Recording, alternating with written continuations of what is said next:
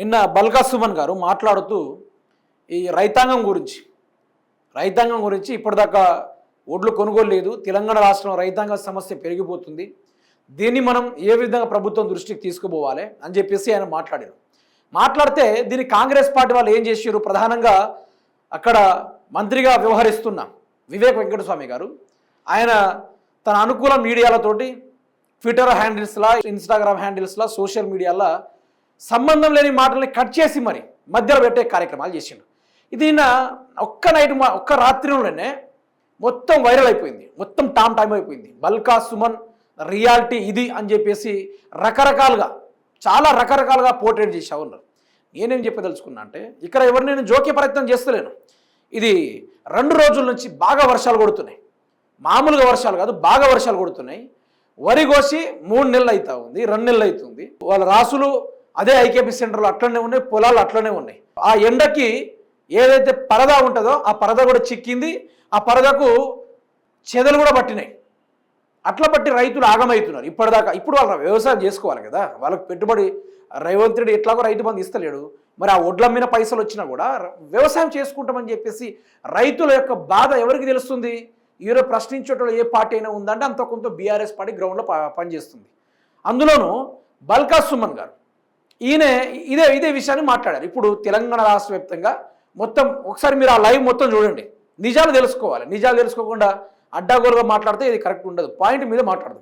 ఇది ఆయన ఇదే రైతాంగం గురించి, రైతుల్ని మనం చైతన్యవంతం పరచాలి, రైతులతో ధర్నాలు చేపియాలి. ఎందుకని చెప్పిండు? సమస్యలు ప్రభుత్వం దాకా పోవాలి.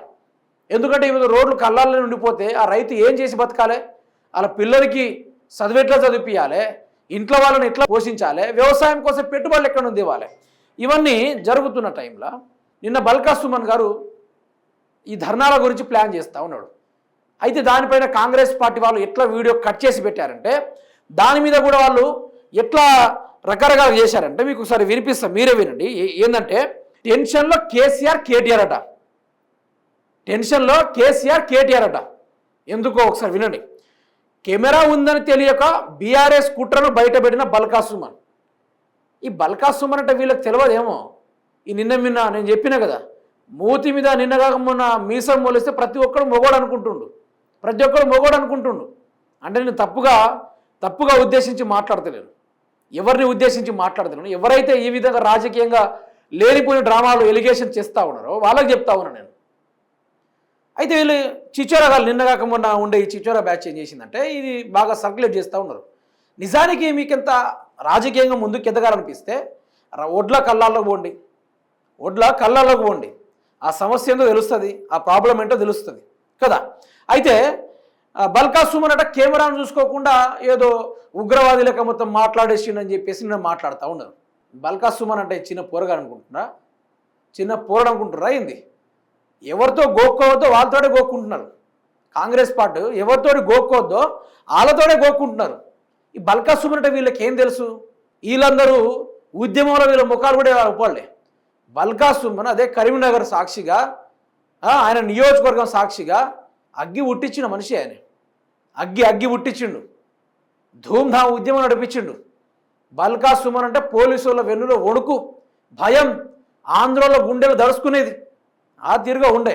ఎవరితో పెట్టుకోకూడదు వాళ్ళతో పెట్టుకుంటున్నారు వీళ్ళందరూ కలిసి. మొన్నటికి మొన్న ఆర్ఎస్ ప్రవీణ్ కుమార్ గారితో, అంతకుముందు కేటీఆర్ గారితో, తర్వాత కేసీఆర్ గారితో, తర్వాత హరీష్ రావు గారితో, ఇప్పుడు అందరూ అయిపోయిన తర్వాత బల్కా సుమన్ మీద పడ్డారు.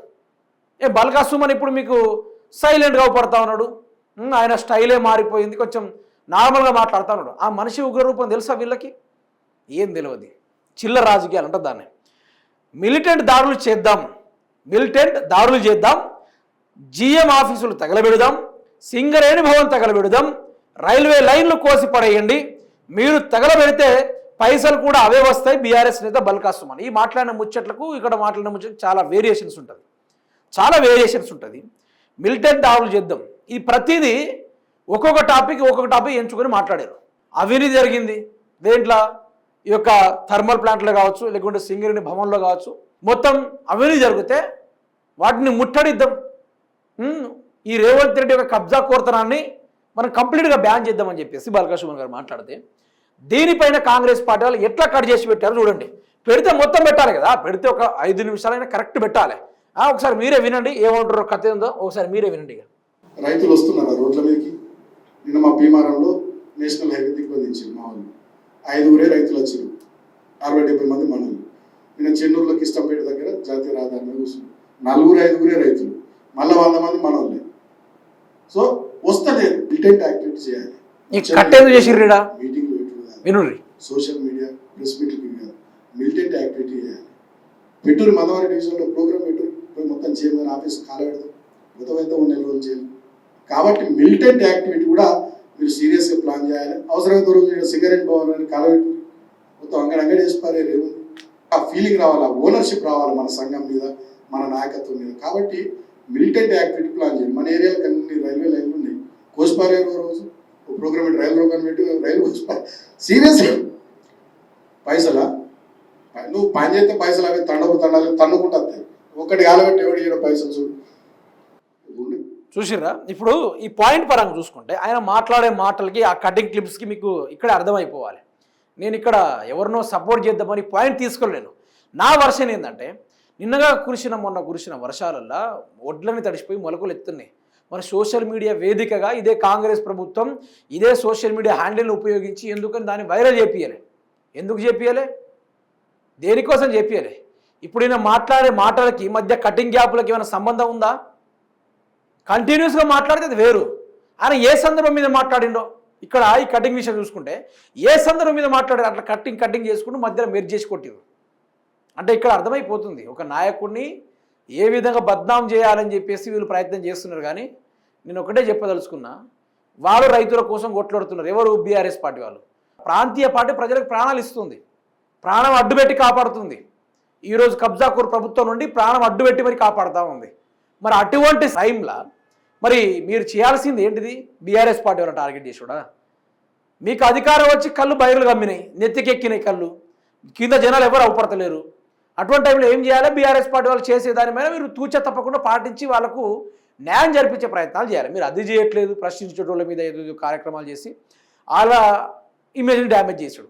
ఏం జరుగుతుందా? ఇది పనికొచ్చేదేనా? నేను అంటున్నా ఏంటంటే, ఇలాంటి ఈ పిరికి రాజకీయాలు, ఈ తెర వెనకాల దాక్కొని చేసే రాజకీయాలు ఇట్లాంటి దాన్ని కాదు. ఇప్పుడు వివేక వెంకట స్వామి గురించి ఎవరికి తెలియదబ్బా? ఆయన నియోజకవర్గం, అదే చెన్నూరు నియోజకవర్గంలో ఆయన నియోజకవర్గం ఆయన తిరగలుగుతాడా? అదే చెన్నూరు నియోజకవర్గం తిరగలుగుతాడా? తిరగలేడు.